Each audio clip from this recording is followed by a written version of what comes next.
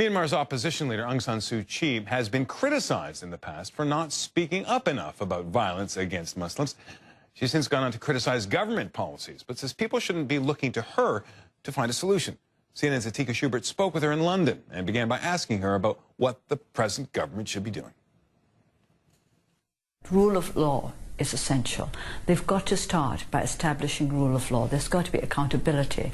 There's got to be rule of law. All our different peoples and communities have to feel safe and secure before we can start a genuine process of reconciliation.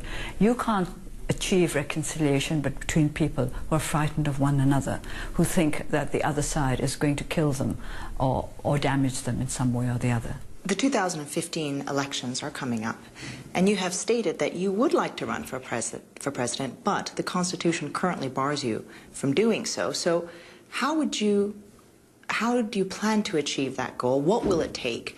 And do you have the political power that it takes to really succeed there? In the end, it's the people's power that will count, because there is now a committee appointed by the legislature to reassess the Constitution, and that has to put its report in by the end of December, by the end of this year.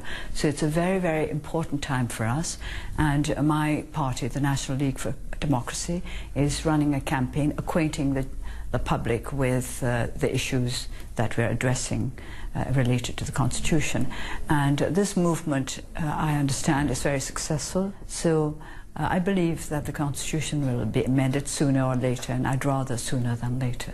You've gone from political icon now to what is essentially another member of Parliament, and with that comes a lot of unpopularity, criticism as well. How do you deal with that transition? What's been the biggest challenge for you? Well, to me, the great surprise is that people keep talking as though I would never criticize before. I was subjected to the greatest criticism for over 20 years because some said I was too intransigent, I was not as flexible with the government as I should be. And I'm always surprised when people speak as though I've just become a politician.